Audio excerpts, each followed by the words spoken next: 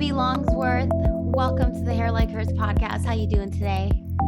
Thank you. Great. I'm so happy to be here. It's so amazing to have you. I'm so lucky we found you for the show. I think that you have an incredible resource online that people really need. And I'm very excited to chat about that and show everybody kind of what it is that you're offering and talk all things curly, coily, wavy hair. This is going to be such a mega episode. I'm sure so many people will take a lot from. So let's get into it. Why don't you give us a little bit of a background about you and what brought you to create absolutely everythingcurly.com? Great. Yeah. So by training, I'm a Ph.D. scientist. So I've always had this urge and this need to learn the why behind everything. And as you can see, I have super curly hair myself, and it's been a struggle for most of my life because most folks are not trained. Stylists are not really trained in curly hair. I grew up in a country that was incredibly tropical, humid, and didn't have the right hair products. So you can just imagine how I went through my teenage years. Where was that? Where did you grow up? I grew up in South America in this little country called Suriname, right above the equator. So super humid. Lots of rain situations down there, and not a lot of hair products, frankly, to choose from. So I didn't know about sulfates and all of this other stuff for curly hair. I had no idea. My parents had no idea either. And then coming to the States and, sort of bumbling along until I want to say probably it was maybe 15 years ago when I finally felt like I figured out how to take care of my hair, but I still didn't have the techniques down. So I would have to go through this daily wetting and styling, which is just not doable, especially in the winter. Just leaving the home with wet hair was just a nightmare, but drying it took forever. So it was really, I would say, because of COVID, horrible situation, COVID, but thank you, COVID, at the same time, because it kind of gave me more time, free time, because I couldn't travel like I usually do for work. And so I started actually really researching hair and hair products and ingredients and the why behind it. I started joining a lot of Facebook groups and Reddit hair groups. And just the sheer volume of women saying, I don't know what to do with my hair. I realized there's other women who don't know what to do with their hair either, their curly hair. So I just thought there was a need for really accurate educational information, science-backed, as to why ingredients work or don't work, why some hair products work for some people's hair but not for other people's hair, techniques that work and why they work, to take the guesswork out of it. And you've put your hair through all the different climates too. So that definitely makes you an expert on the subject, having to just navigate all that. Exactly. Because I used to live in the north, so it was winter. I had to learn to deal with my hair in the winter, which I'd never done before. And then now I live in Florida. So that's, again, back to humid situation. So yeah, I think I've been through it all. Your water, the environment, indoor temperature, outdoor temperature, all of that really does impact your hair. And for those of you that are not watching this on YouTube, Gaby's hair is unreal. It is thick, it's long past her shoulders. The curl is unbelievable. And you're beautiful yourself, beyond just flawless, but also you're growing your natural hair color out. That was a big deal. I'd been coloring my hair for at least 20 years. I started turning gray pretty early. In fact, my mother started turning gray in her teens. So it was sort of a genetic thing in the family. And thankfully, I didn't start until my 20s. But the thing that you did, as soon as you saw a gray hair, you colored it immediately in my family. Absolutely. All my aunts colored, my mother colored till the day she died. Complete denial. Like you just do not show it, a little root shows up and you freak out. So it was like every 3 weeks I was coloring my hair at the hairdresser. I mean, that gets old really fast. And also because I started really seriously focusing on health, and my husband has a lot of allergies, so we had to sort of change the way we ate. And we started becoming super healthy, doing like paleo and just everything in my house is completely natural, organic, healthy. And I was like, but why am I putting this stuff on my head when I'm trying to be healthier on the inside? So that's sort of where I had this epiphany that you need to stop now. Stop altogether. Just stop. It's amazing. and it looks like it's halfway there, right? How Yes. long has that been now that you've been growing it out?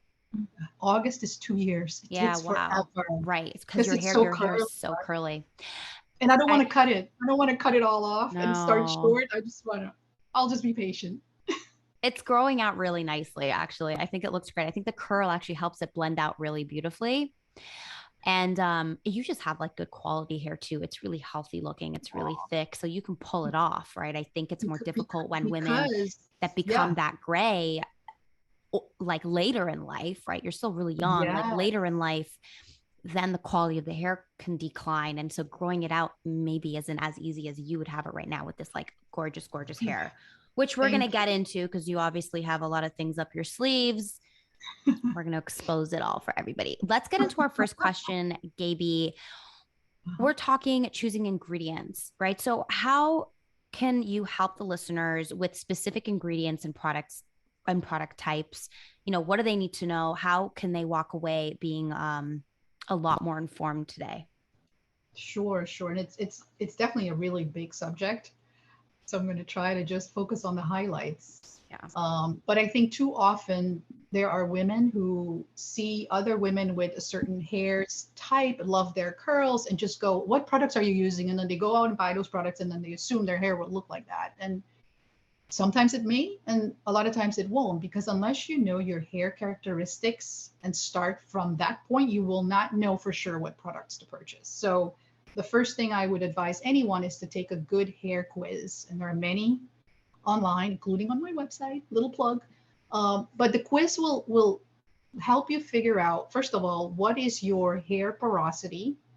And it's not that difficult. Typically, if you bleach a lot, if you have chemically relaxed your hair or treated it in another way, if you've colored it like I used to color mine, it's typically going to be high porosity, meaning that the cuticle layer on the hair shaft is not nice and flat. It's raised. The hairs kind of sort of catch on each other, and everything is a little more frizzy and a little more dry, right? Because moisture goes in and moisture leaves immediately as well. So you have to use also completely different techniques if you have high porosity hair, right, to keep the moisture in.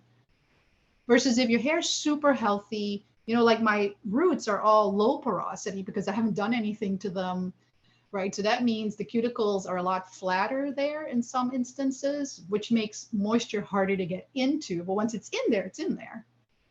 So that means I can't use products on part of my hair or anyone who has low porosity hair that are going to just sit on top of the hair and just weigh it down. So that's just one little example, but I'll give a few more specifics. Then Yeah, the that's other a things we need great, to, great start right? because that's right off Yes. the The other bat, thing is such a your determining. density, Yeah. right? What about your hair density? Like you said, I have a lot of hair. So I can slather on heavier products and not have everything stick to my scalp. Um, but if I didn't, if I had low density hair, if my hair was very thin, you have to be very careful because you can't use a lot of heavy products, heavy in oils and butters, or you need more perhaps water soluble type of product so that it doesn't weigh the hair down. You may not have super defined curls because the more defined your curls are, if you don't have a lot of hair, you're going to see your scalp. It's going to look very thin. So you may have to sacrifice, defined curls for more volume. Then also the strand thickness is really important. Like how thin or thick are your hair strands? How coarse? And because I am racially mixed, my dad's side is like white, Jewish, Dutch, and my mom's side is like black Chinese. I mean, I'm like the weirdest combination, right? I literally have three different types of hair on my head, which makes it very, very tricky sometimes. Like really super coarse hair, like so thick, looks like nylon thread. And then I have these really, really fine hairs, and then sort of in the middle, a whole mixture. So I have a lot of complication going on between the gray, the dark, the low porosity, high porosity, different strands of hair. So all of that you have to take into consideration Right. when you choose hair products. Yeah, it's so smart. I think it's important for people to start to recognize their hair, just like they have to recognize their skin before they buy a product, right? Like, how do you know which category you Exactly. fall into?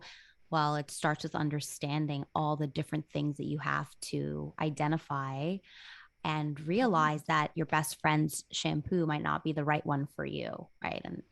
And it isn't just what one person likes and what works for them that is guaranteed to work for you also. So this is really great, Gaby. Like that's an excellent way of breaking it down. porosity, the ability to kind of absorb moisture, density, how much hair do you have, your texture, your thickness, right? What does each one feel like? These are so, so, so key. I'm so happy you brought those up. What would you say? Should we get into like ingredients and shampoos and conditioners? Maybe let's get Yes, specific with please. products, kind of what to look for. Sure. So let's start with shampoos, right? Shampoos are so important because that's the way to cleanse your scalp. Scalp is skin. And if you don't cleanse your scalp properly, you know, you may have buildup, itching, inflammation of the hair follicles, all kinds of things.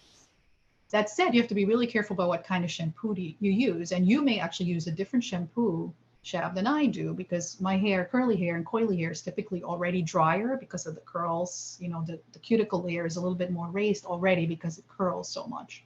So we have to still use a clarifying shampoo, but we have to be careful about the shampoo that we use and the pH of the shampoo. So as an example, sulfates have gotten a bad rap, right? Especially in the curly coily world. And it's for a reason. Typically sulfated shampoos are formulated at a higher pH, meaning they're more basic. And anything basic are also extremely acidic, but anything basic will raise the cuticle layer. Now, this is supposed to be a good thing because by raising the cuticle layer, you know, the water can get in and the dirt can get out. And this is how you sort of cleanse your hair and your scalp. But if you have curly and coily hair, and if you wash too often, that is going to start to have a very drying effect and it's going to make the hair very frizzy.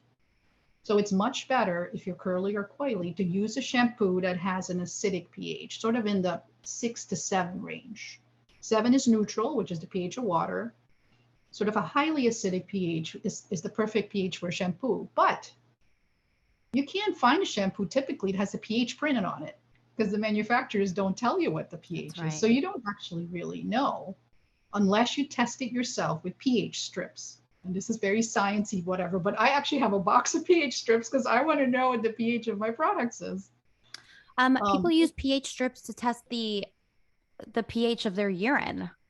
Let's put That's that out there. right. I've definitely done that. There's wellness brands that send them to you because you're supposed to take their like alkaline powders or whatever to help Yes, with your internal pH. And they give you these strips to test how effective it is. So those exactly. strips go a long way. They sure do. They sure do. Now, you typically will know without even testing the pH if you use a certain shampoo on your curly hair and your hair feels terrible afterwards and it feels completely frizzy and completely, you just can't even get your fingers in there. It probably has an alkaline pH because your hair does not like that pH. The pH of your scalp is 4.5 to 5.5. That's the ideal pH. So you want your shampoo to sort of be in the upper 6, 7 pH, like I said. Now, once you have figured out a pH, and you know, there's ways to, I mean, I have a lot of guides on my website that give you the different pHs and or the different shampoos that would be good for curly and coily hair.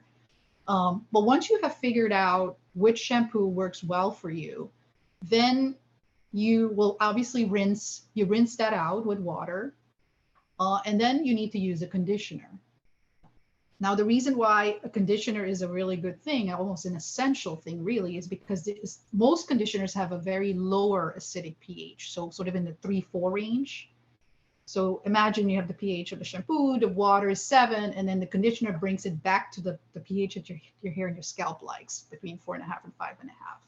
And the right conditioner should have a lot of slip so that you really can glide your fingers through to detangle. Detangle obviously is super important if you have curly, coily hair, because a lot of hairs get, you know, loose. You lose 50 to 100 hairs per day anyway. So that sort of gets stuck in the curls. And if you don't get those out, you're just going to end up with tangles. You're going to rip them. It's going to break. You know, you go in the other direction. I'm really happy you brought that up because that's something important a lot of people can benefit realizing is that yeah, the more textured your hair is, it's not falling to the ground. So if you're used to losing a lot of hair in the shower, do not be alarmed, especially if it's been like that for always. Do not be alarmed. That's perfectly normal. Whereas somebody that's got straighter and shorter hair would rarely see any hair come out in the shower because it's already fallen, right, over the course of however Exactly. many days since they've Super shampooed. important. So super important, Yeah. right? Yeah. A lot of people freak out, you They know, do. especially if they wash once a week, which is really plenty often to wash once a week. And Yes. they will see, 400 hairs and they completely freak out. But that's completely normal because it's accumulated for a whole It's week. accumulated. Exactly. Yeah. So if you're pulling out like a whole furball little animal, don't worry. That's why you have so much hair coming out. So this is how the sort of the shampoo and the conditioner work hand in hand to get your hair back at that perfect pH. And again, you really should, if your conditioner is not nice and slippery, you need to be a little concerned because the least amount of slip it has, the more you're going to tug and pull. And this is where some folks bring in a brush in the shower and start brushing. And I would really recommend not doing that. It's so much better to just finger the Tangle. If it's still, you still get stuck in there, put more conditioner, put more water, and get it out first with your fingers. Then you use a wide tooth comb and gently do that. The reason why is because our hair is mostly made up of keratin, as you of course know, but some of our listeners may not know that it's the majority is keratin. And keratin is held together and other proteins with these bonds, right? There are salt bonds, there are these hydrogen bonds, there are disulfide bonds, and these bonds are like 1/3 of the strength of the hair. 1/3 hydrogen bonds, 1/3 salt bonds, 1/3 disulfide bonds. The disulfide bonds are only broken with high alkaline substances like chemical treatments and other things, right? So those are generally not going to be touched when you're washing your hair. But hydrogen bonds are broken down by water. So as soon as your hair is wet, 1/3 of the strength is gone. And then when you add a shampoo on top of that, the alkaline pH, then you also break the salt bonds. So another third of the strength is gone. So that's why they say that your hair is in a weakened state when it's wet. It's only 1/3 of strength left. You start brushing that and pulling, you're going to break pieces here. And then you're like, oh, my hair's not growing. Or it's all uneven because you've tugged at it so much when you're shampooing and conditioning that you've broken it off. So you have to be super careful. I really do not recommend using a brush in the shower. I know some people do it. I think you just explained that so beautifully, so perfectly. I'm so happy you went into depth with that because you cannot stress enough how damaging it is brushing your hair wet. You got to be so, so, so careful because doing that every time you wash your hair is enough to literally never get the hair that you want. Easy. Exactly. And everybody's hair grows pretty much half an inch a month. I mean, it's very rare for people to have some situation that their hair does not grow, but that is the normal speed, right, of hair growth. So you should be able to grow your hair longer if you wish to. You need to keep it healthy. And healthy is not just from the outside, but also from the inside, what you put in your body, which makes a huge difference. A lot of deficiencies will cause all kinds of issues.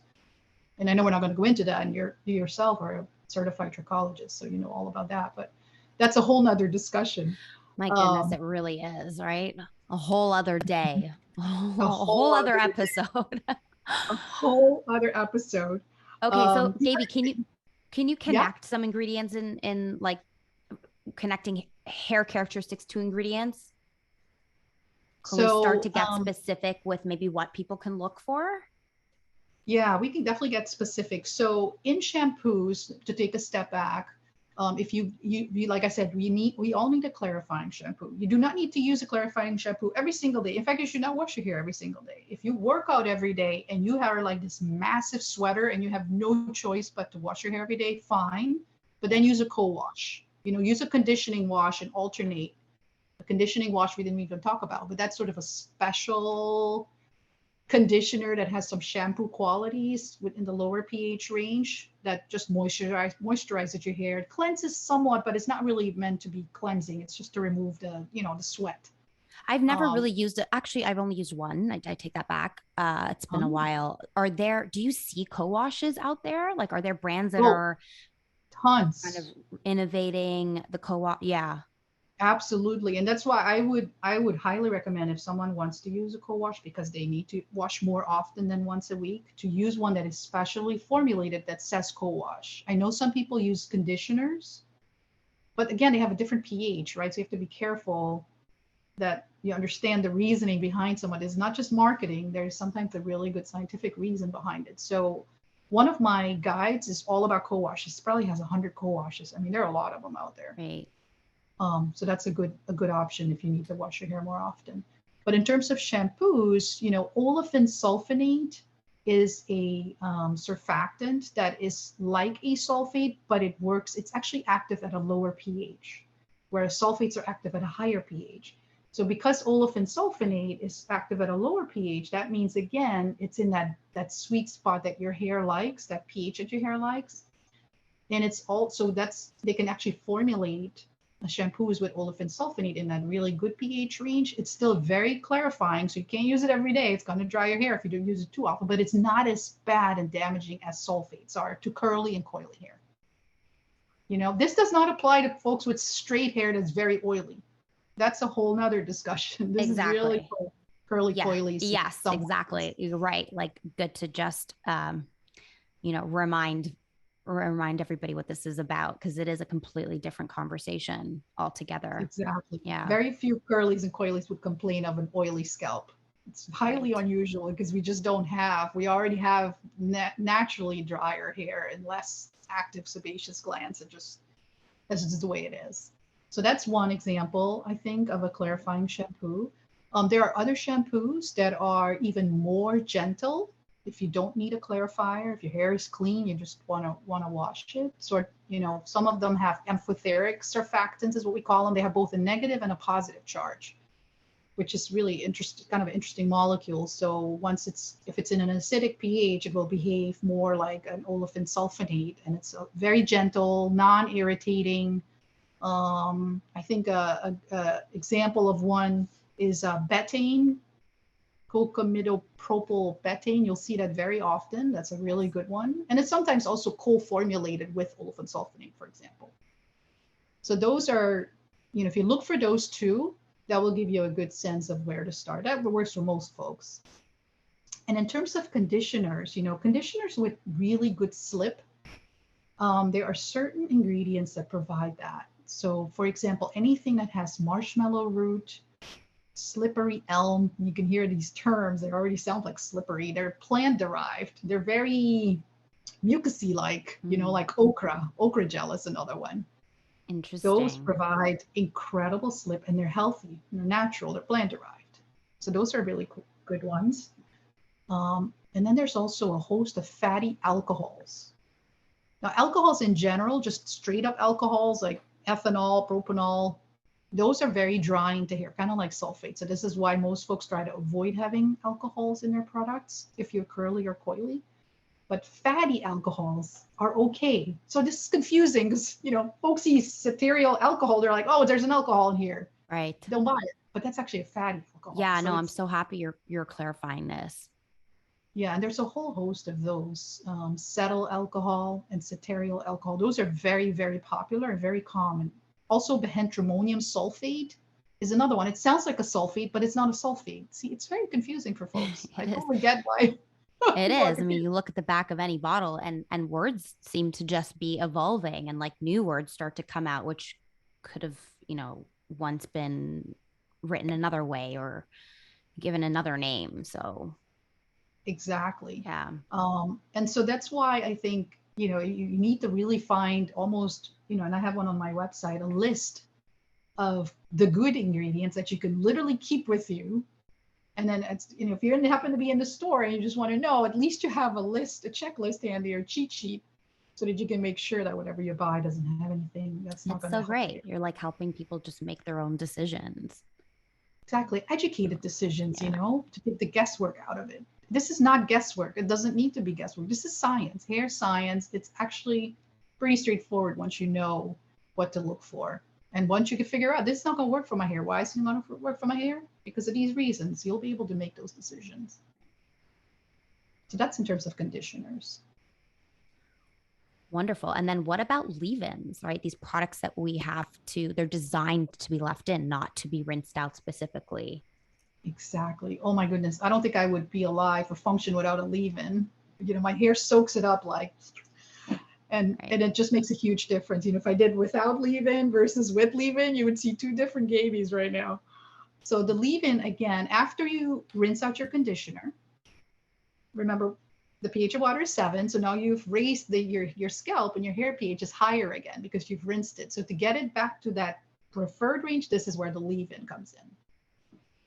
And if you have highly dense, coarse, curly, coily hair, you can use a lot of leave-in. I mean, I'm talking, I probably use 4 handfuls. It's pretty crazy. Yeah, You I know, for believe each it. section. For each section. If you don't have a lot of hair, then by all means, just use as much as little as you need, right? You can use just a little bit, but it's really important, I think, for everyone to use a leave-in. I don't care how thin your hair is, you need a leave-in to get it back to that pH, which will help your cuticle layer be all nice and happy, not all frizzy. And then there's water-soluble ingredients in leave-in conditioners. Anything that is an oil or a butter in the first 5 ingredients, or the first 6 after water. So usually in an ingredients list, the first ingredient you'll see typically is water. Sometimes it's aloe vera juice or something like that, but typically water. The first 5 after that, those 6 together make up probably 50 to 85% of the content of that product. And everything else after that is in smaller percentages. Again, we don't know what they are because manufacturers don't have to publish this information. I wish they did, but that would be giving away their trade secrets. So they are required to list the ingredients from highest to lowest, but they don't have to tell us the exact percentages. So we have to guess a little bit. But if you see an oil or a butter, you know, mango butter or shea butter, cocoa butter, if you see that in the first 5, you know, an avocado oil, jojoba oil, coconut oil, and so many oils that are fantastic. If you see those in the first 5 or 6, 2 or 3 of them, that's going to be a heavy product. If you want to have nice voluminous hair, you can't use those because it's going to weigh your hair down, especially if you have fine hair strands. So you want to avoid those. If they're later on, it's okay. But you want to find those other products that are not one of those that I just mentioned, or some of the others that I mentioned. Whereas for me, I have to use something that has an oil or a butter or both. Right. You're like, give them all to me in the top 6, all of them. Give them all. All the oils. Exactly. All the good fats. Exactly. Right. I love that. But then there's protein. And protein is, I think, a highly confusing subject for some people. So the more damaged your hair is, you know, chemically treated, bleached, colored, whatever, and if it looks like it needs some help, it looks extremely frizzy, whatever, you probably want certain proteins in your hair products. You may need them in every single product that you use. You don't want to overload with protein because then your hair is going to feel dry and feel like straw. Yes. But you may, if you're amazing point you brought up, which is why so many of these bond repairing products and these like leave-in treatments, people will go crazy, go to town and spray a lot, right? Which I don't blame anybody for doing that, wanting to just completely saturate their hair in these products. But it's so true. You mentioned too much protein will have the opposite effect. That's right. Protein overload is what we call that. And if you notice that happening, then you want to just do every other product. Maybe your leave-in has protein, but your cream doesn't. And then maybe your styler, your gel has some protein, or vice versa. It really depends. And there's no way to predict that particular part. You have to kind of test it out. You know, and I always thought, oh, my hair is so dense and thick, I don't need protein. You know, I would try to avoid all protein, all my products, and have only moisturizing products. Well, then it kind of hung limp. Right? So everybody needs protein. You just may not need as much, but you need some. There's like this protein moisture balance that we always hear about. And that's true. And what forms of protein do you specifically recommend for curly, coily, wavy hair? So if your hair is fairly healthy, like my hair is fairly healthy, except for the colored parts, which obviously turned it high porosity, but it's fairly healthy. So I try to only use products that have hydrolyzed proteins. Hydrolyzed proteins are proteins that have been broken down into smaller bits. So they're actually able to get inside the hair shaft where they can repair it from the inside out. Right? And they can sit a little bit on the outside as well and, you know, help with any gaps or, you know, where the cuticle layer may have gaps or whatever. So hydrolyzed proteins are perfect for me, and I can use it in my leave-in. I can use a little bit in a cream, not too much. I try to alternate products, right? So that's why I have a whole collection of products. Like today I want to use this one. It has no protein, and I'll do this one with protein and without. Like I always switch it up. I like to mix it up all the time. But if you have damaged hair that where you can tell for sure you're going to have some gaps in that cuticle layer. Then you want to also have some that have the non-hydrolyzed proteins in there, like just says keratin, for example, or quinoa or silk protein. Those are not broken down, so they're larger molecules, and they sort of sit on top of the hair, kind of like repairing a roof. Wow. You know, you're missing some shingles, and it sort of fills in those gaps. So that combination, I think, would be ideal. And again, you may first try, okay, I'm going to put it in every product, and you go, oh my gosh, my hair is completely protein overloaded because it feels like straw. Okay, so now you know that was too much. I'll switch something else out that has no protein. That's so true. And like, I think like so many people are going to be able to relate to this, right? They use something, they got something new, and they're like, why does my hair feel drier? This is supposed to be really moisturizing. This is supposed to be repairing, and now my hair feels awful. This is important for people to recognize. It's not that the product's not delivering what it promised. It's just that it might be too much for you. Exactly. Your porosity type might not be able to absorb this the way that it needs to, or it's just sitting on the cuticle, it's building up. Mm-hmm. And that you might want to scale it back and then maybe alternate with something else, right? So you still have the benefits, but not too much, not overdoing it. Exactly, which is why I never pay attention that much, honestly, to the name of the product, you know, because it will have all these magical words, you know, repair, this, that, whatever. I just go straight to the ingredients list and it's all right there. You know, you don't have to figure it out. I just avoid, because that's marketing. You obviously do the same thing with your food labels. Let's be honest. Yeah. Oh my gosh. You're like, what's really in this thing? Turn it around. All the time. Anything more than 7 ingredients? Nah, I don't want it. It's too much. You can't catch Gaby with the marketing terms. She flips that package right over. First thing I do, let me just check the list. I ask my husband all the time, like, what did you buy? Did you read the ingredients list? No, I just grabbed it. I'm like, well, he's like, it says gluten-free. Right. But it has high fructose corn syrup. It has all this other junk. We can't, garbage. Garbage. Doesn't pass the Gaby test. No. But you know, Shab, you know, like the rice water protein, you know, like rice water raves and that goes around. There's truth to it. Now, why does that work for some people? Because rice water has protein. Right. So if you prepare it the right way, it's just like buying an expensive rice water product, but you've made your own little protein treatment. Not too much, but that's why it can work for some people. Have you ever actually tried the rice water rinse? Have you done it? Way too much work for me. No, way too much work for me. Yeah. I did it one time. Oh, did you? Did it work? You know, it's so difficult to tell because my hair condition is already so like good. I take such good care of my hair that it's so shiny. Like it is really in such great, thank you, in such great condition that it's difficult for me to tell if it had much of a benefit. I feel like it did really like seal the hair nicely. Mm-hmm.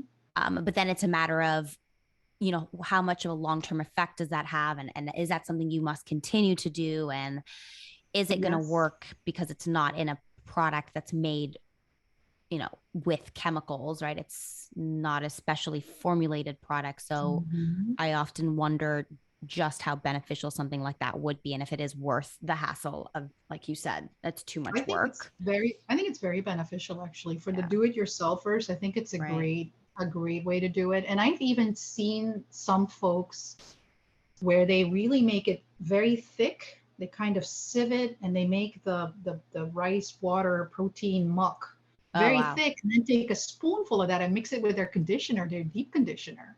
Fabulous. And use that, and it works great. That's so you can make your own protein treatment. Look at that. Yeah, I don't have the time or the patience to do that. I have to buy products, but I make sure that I have, you know, lists of products that I can choose from that have the other beneficial properties that I want and nothing bad in there. But, you know, because there's so many products on the market, you don't have to settle for anything bad. You can, there's 7,000 plus products out there, at least, that I counted. Well, Gaby has a guide for all of this stuff online on the website. Like, there is no shortage of resources there. It's actually, it's incredible. It's impressive. So if anybody wants to really get specific, they can go and download your guides, right? Absolutely. Yeah. You don't have to, some guides are free. And this is information gathered from multiple sources, things that have worked for other people, all put in one convenient place. So you don't have to go scour the web, reading, getting into the rabbit hole of Facebook groups or whatever. No, you've already done that for us all. I've already done the work. I And have I'm literally saying all like myself too. I have naturally wavy, crazy, frizzy hair. Just like FYI, in case nobody realized, I do fall within this category. amazing. Yeah, It looks always she's gorgeous. wild. We just tame her, She must be tamed. Yes. Yes. Gaby, can we get into accessories for curly hair and how to use them? What are some of your favorite accessories? Absolutely. Starting with wash day, my little scalp massager brushy thingy, the soft silicone thing. Oh my gosh, that thing is like, I have like a spa day when I wash my hair on Sundays. I swear. That's what I call it. It's spa Love day. it.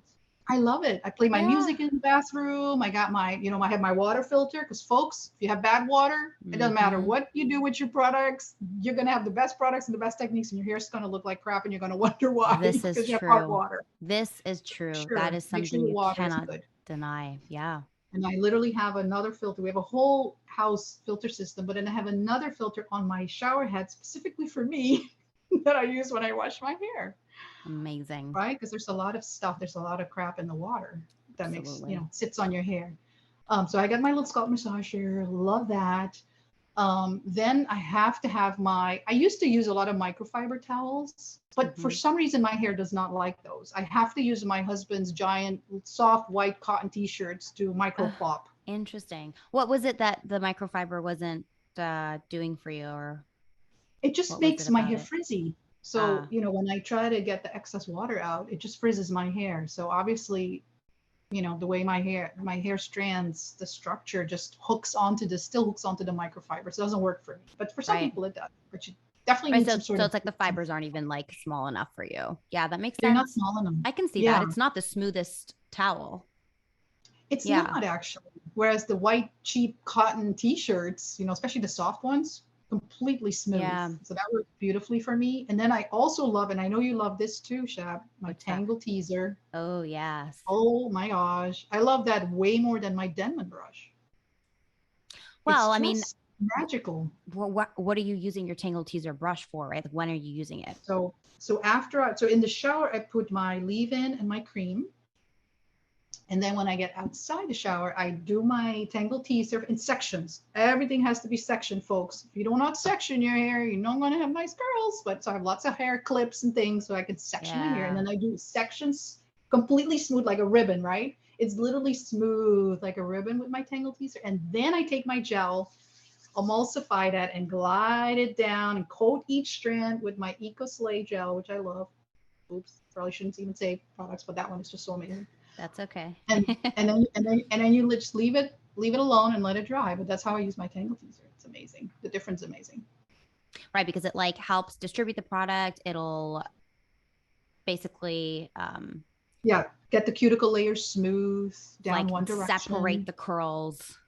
Exactly. All the little things that may be still hooking in different direction, it just gently, we're doing this very gently, and the hair's nicely detangled, folks. So we're not pulling or tugging. Exactly. That's the only time I use a brush. That's right. And then, of course, sorry, go ahead. Well, I was just going to say, if you're gentle enough in the shower, you shouldn't have to be fighting your hair. Exactly. I say this over and over again to clients and women that I know about. What do you mean don't brush your hair in the shower or when you get out of the shower? Like, how's that possible? My hair's a bird's nest when I get out. And I'm like, it should not be. Like, nope. You need to look at how aggressively you may be shampooing, that you're causing it to tangle in that fragile state. Right. Exactly. Maybe your shampoo has a high pH. That's definitely going to tangle it up, and you'll come out of bird's nest, and that something is wrong. It should be nice and all smooth. Right. You shouldn't have to fight your hair. No. Say that. Like it's an enjoyable process, the whole thing. It really is. It really is. Okay. So let's talk about one last thing. Let's finish up with this. Now we touched on how you've been graying gracefully. Let's talk about, what that journey is like and how maybe somebody that may be going through it or thinking about it can also, ease into it. Yeah, sure.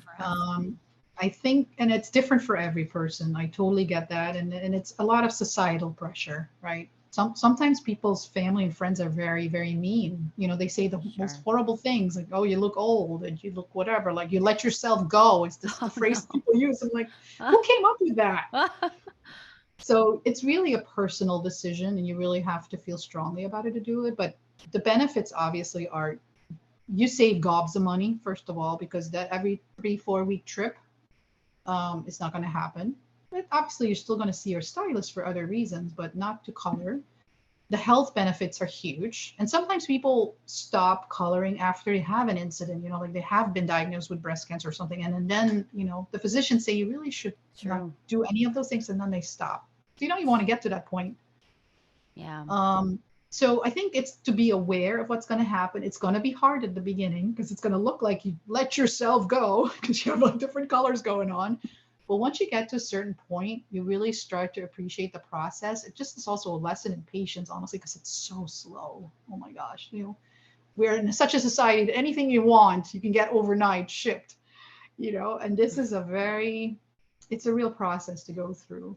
But the benefits are so enormous. First of all, I had all kinds of new hair growth. I didn't even know that the dye was actually hindering my hair growth, and especially at the thinning edges, which you kind of get as you grow older, right? Right. I could not believe, I still can't believe how many new hairs have sprouted significantly. So if you have thinning hair, dyeing is definitely causing it to thin more, and stopping it will be a nice surprise.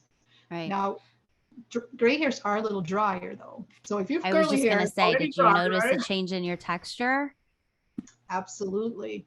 Um, but not in the sense that it doesn't actually seem drier. It's just that they're so wiry, and they're low porosity. So they can like stick straight up until they're long enough. You know, they have to get a chance to grow more, but when they first come out, they're like sticking all over the place.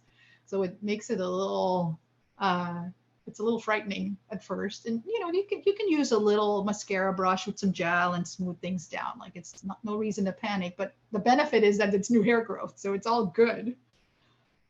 You do definitely need more moisture because you know gray hair is drier, like I said, and it's also very it's transparent. So anything that you bring into contact with it that can get absorbed easily, like if you use vitamin C serum for your face and you get it too close to those gray hairs, they're going to turn yellow because it just absorbs it. So you have to be really Interesting. careful. Yeah, you Is have to that be even really with like a careful. clear color vitamin C serum? Then it probably is okay, but Okay, usually they got have it. like a little The color. little yellow. I'm trying to Yeah. think about one I have And you right know, if you now. leave vitamin C out, it Yeah. turns yellow. So even I think even if it's clear, but if you leave it in there like Yeah. all week, it's gonna make your hair turn yellow. So you have to be a little Fascinating. bit careful about that. Right. I know there are a lot of purple and blue shampoos out there that are marketed for, oh, you know, sparkling grays and you know sparkling silvers. I don't use them. I think they're great for some people. I don't use them because, in my opinion, you know, it's still depositing pigment on your hair. So you're still putting something on your hair. I just use a clarifying shampoo every week. And that makes them sparkly white. You see, I don't do anything else. They're Yeah. white. That's I like actually mine white. amazing. Your white is really white, I have to say. Like it does look really great. So, right, just getting a clarifying shampoo, just removing the buildup and whatever kind of chemical reaction will occur also from your water. That's right. Interesting. So you've been Absolutely. able to maintain a beautiful white without the violet and blue shampoos. Yeah, never use them. Now, if you Interesting. don't want white, so some people don't want their hair to be so white. Mm-hmm. They want it more gray or silver, then Mm-hmm. those are actually really good because you know the blue on orange will make it look more silvery, and then the purple on blonde will make it look Right. more It gray kind and of, silver. right, right. Yeah, It'll like subdue it a little bit. Interesting. exactly. And you can use those. You don't have to use them in your shampoo necessarily. You could use a deep conditioner or a conditioner with the pigments in them, and that will still have all the beneficial effects. But for me, I like them as white as possible, so I use a clarifying shampoo. And then Interesting. if you're going to be out in the sun will also turn your hair yellow when it's gray. It's just the reaction that Oh, occurs. wow. So cover it up, you know, put a nice scarf, put a hat. I don't like hats in my hair because it, you know, messes up my curls. Right. Plus it's kind of hot. Same. So a pretty scarf will do the job. Just keep them covered if you're going to be in the sun all day long. Because you don't want your, Fascinating. What an amazing point. yeah, Good that's a to lot of keep people in don't mind. realize. Hmm. Fabulous. Any other graying tips or? Not really so much other than, the other things still hold. If you want to keep your curls and coils looking nice all week, pick up your pineapple at night, gather it all up here so that you sleep on the bottom of your hair. So if that frizzes up, that's okay. The curls will still be nice and preserved, and use a silk pillowcase. I prefer silk over satin. Satin is Don't still we synthetic. all? Don't we Yes, and all? they're inexpensive silk pillowcases. They're Hmm. so worth it. Hmm. So worth it. There's Please a good buy range out there. Yeah. Yeah. Okay. And then finally, let's finish with this hair salon directory that you have on your website. Let's talk about what that is and how people can benefit from that. Sure. Yeah. So this is a sort of a dilemma that I think all curlies and coilies have, is to find a stylist or a salon that knows how to cut your curly or coily hair, because oh boy, I've had my hair butchered over the years in so many ways I can't even tell you. But a lot of times they are not trained to cut it, and they don't know that if you cut it wet, for example, it's all in a stretched out state. So they cut 3 inches off and it still looks good, but as soon as it dries, it's like, it's like, oh my goodness, Surprise. surprise. So to enable folks to have the most benefit of my website, which is 95%, it's free. All the information is free. The only things that you either can get a subscription to the website, which gives you a whole year access, very inexpensive. You get access to the salon database and all the ultimate guides, and we have a new one every month. Literally, these guides are prepared from the 7,000 product database that I have. But the Find a Salon is part of that, and that is in any state in the US, in Canada, the Netherlands, the UK, the Middle East, and India. These are gathered. I mean, we spend so much time gathering this information. I can't even tell you. I have to pay someone just to gather all that information. So these are vetted stylists that do curly hair that other people have recommended. They go into this database, so you can search it by zip code, by city, by state. And again, if you have a subscription to the website, this comes with that for free. If you do not want a subscription to the website, obviously you won't be able to use the salon database. You can still purchase the guides, though. Those are available individually. If you're like, I don't want a subscription, I just want the deep conditioner guide, which is Your 100 deep conditioner. subscription is beyond worth it. I'm just going to put it out there. How much is it right now? So it's $2.99 a month, so $3 a month, so it's $36 To for have the year. unlimited access to products, like she's done all the work for you. I think that's just incredible. Cool. Yeah. Thanks. I just don't know if a lot of people know about it, that is an option. So I just want to make sure that folks are aware.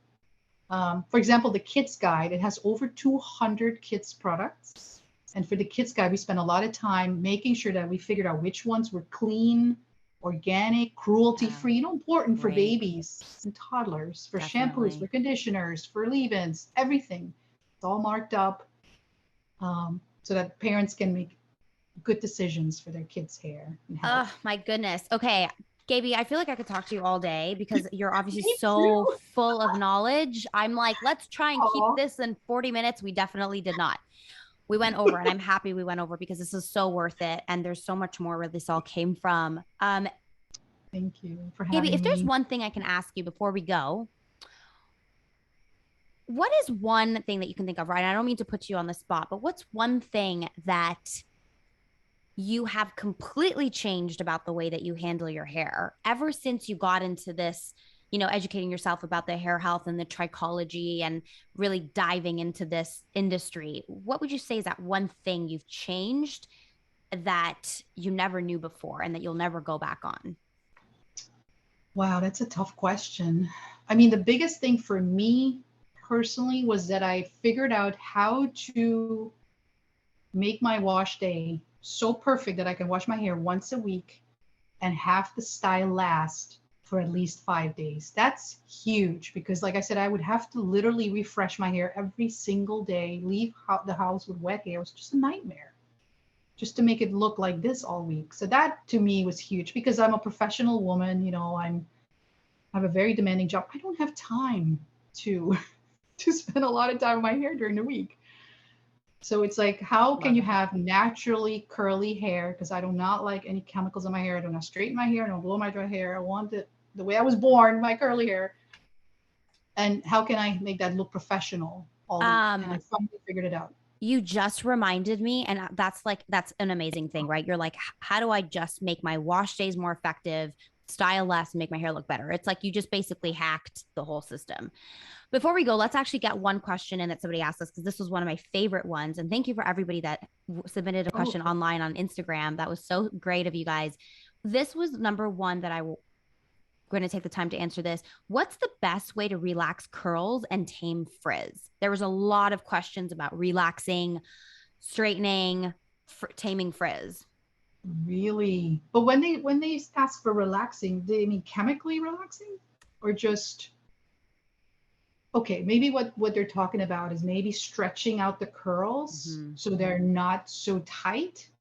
That is one thing I could answer because I'm totally against chemically treating hair. I'm Right, not. I don't not promote right, relaxing hair, folks. There's no need to do it. You have right. beautiful hair as it is. You just need to treat it properly. But taming frizz is a big subject. Yeah, Taming frizz can can be caused by so many things. It could be, like I said, your shampoo could be wrong.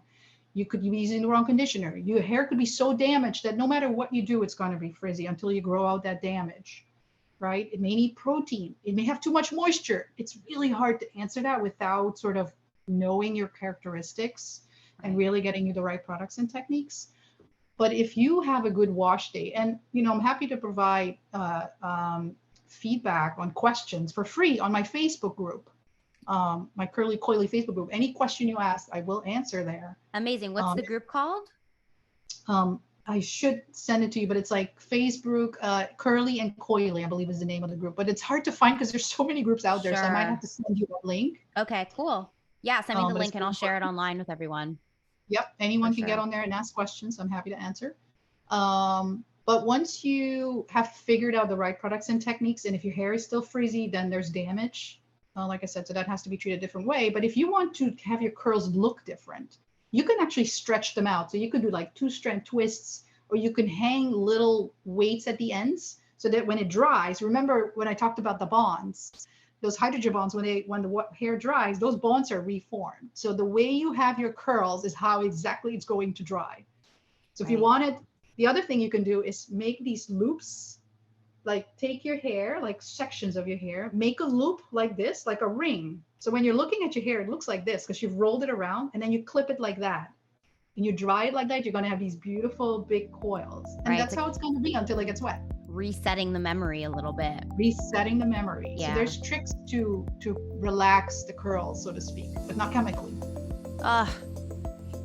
You're so fabulous. Thank you so much, Gaby. This is so amazing. I wish you all the success with your website, absolutely everythingcurly.com.